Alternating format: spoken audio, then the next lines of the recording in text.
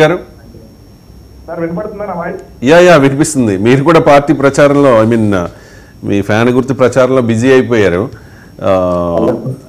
అంటే ఇప్పటివరకు అంటే వీళ్ళు చెప్తోంది ఖచ్చితంగా పవన్ కళ్యాణ్ పిఠాపురంలో గెలవబోతూ ఉన్నారు. పిఠాపురంలో గెలవడమే కాదు 100% స్ట్రైక్ రేట్తో ఆ పార్టీ అభ్యర్థులు పోటీ చేస్తున్న 21 అసెంబ్లీ 2 పార్లమెంట్ నియోజకవర్గాల్లో కూడా గెలవబోతూ ఉన్నారు. అండ్ పవన్ కళ్యాణ్ ఈ కూటమికి మద్దతు ఇవ్వడం వల్ల, ఆ కూటమిలో జనసేన పార్టీ ఉండడం వల్ల ఓవరాల్గా కూటమి అధికారంలోకి రాబోతోంది. వైసీపీ స్మాష్, జగన్ మళ్ళీ ముఖ్యమంత్రి కాబోరు అది చెప్తోంది. ఇంతకుముందు పృథ్వీరాజ్ గారు కూడా కనెక్ట్ అయ్యారు. ఆయన కూటమి అభ్యర్థుల తరపున ప్రచారం చేస్తున్నారు. ఆయన కూడా ఇదే చెప్తూ అన్నమాట. వెంకటరెడ్డి గారు ఎవరి ఆశ చేస్తారు సార్. ఎందుకంటే ఇప్పుడు పృథ్వీరాజు గారు వైఎస్ఆర్ కాంగ్రెస్ పార్టీలో ఉన్నప్పుడు వైఎస్ఆర్ కాంగ్రెస్ పార్టీ గెలుస్తుంది. పవన్ కళ్యాణ్ ఏమంటున్నారు, ఈ రోజు అసలు దేనికి పనికిరాడు, పవన్ కళ్యాణ్ గురించి అంత డిస్కషన్ అవసరం, పవన్ కళ్యాణ్ వేస్ట్ గారు ఇంకోటి ఎందుకంటే అంటే నేనే తక్కువ మాట్లాడాను, పృథ్వీరాజు చాలా ఎక్కువ మాట్లాడాను. అవునండి, తర్వాత ఆయన క్షమాపణ కూడా చెప్పారు.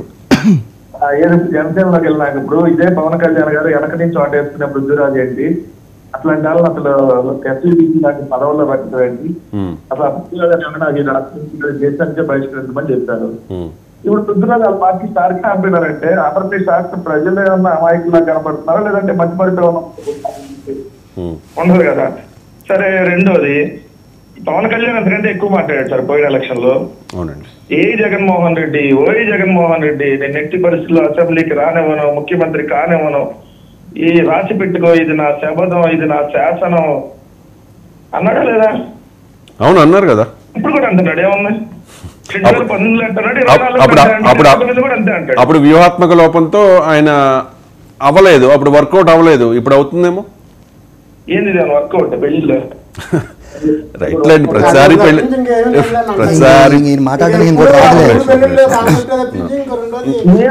ఇంకేమైనా ఉంటాయి కదా చెప్పడానికి.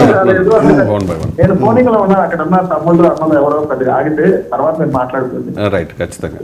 నేను అనలేదు కదా పవన్ కళ్యాణ్ నాకు వర్కౌట్ కాలేదు అందుకని 3 చేసుకున్నాను, మీకు కూడా వర్కౌట్ కాబట్టి చేసుకున్నాను అడగండి. నేను వర్కౌట్ అని మీరంటే నేను దాంతో కంపేర్ చేసి చేస్తాను. దాంతో వర్కౌట్ 3 జాతీయ పార్టీలతో పొత్తులో పెట్టుకున్నాడు సార్.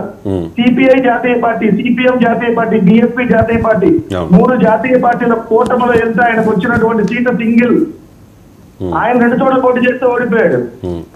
ఇప్పుడు మమ్మల్ని కానికలు 4వ తారీఖు తెలుస్తుంది కదా, 4వ తారీఖున ఇదే స్టేట్మెంట్ మీద కట్టుబడి మోడీ గారు మాకు సహకరించలేదు, మోడీ గారు జగన్మోహన్ రెడ్డి గారికి సహకరించారు, ఈవీఎంలు మేనేజ్ చేసి గెలిచారు, ఇట్లాంటి సొల్లు కబుర్లు చెప్పకుండా ప్రజలు జగన్మోహన్ రెడ్డి గారి పాలనని నమ్మి ఓటు వేశారు, ఆయన పాలన బాగుంది కాబట్టి ఓటు వేశారు, మేము తప్పుడు ప్రచారం చేశామని ఆ రోజు ఒప్పుకుంటారంటే చెప్పారండి.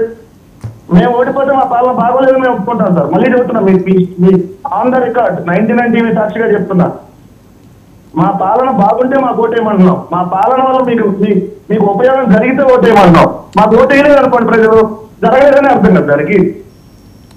సో మేము దాన్ని కట్టుబడి ఉన్నాం. వాళ్ళు ఏ స్టేట్మెంట్ ఇస్తారో చెప్పాలండి.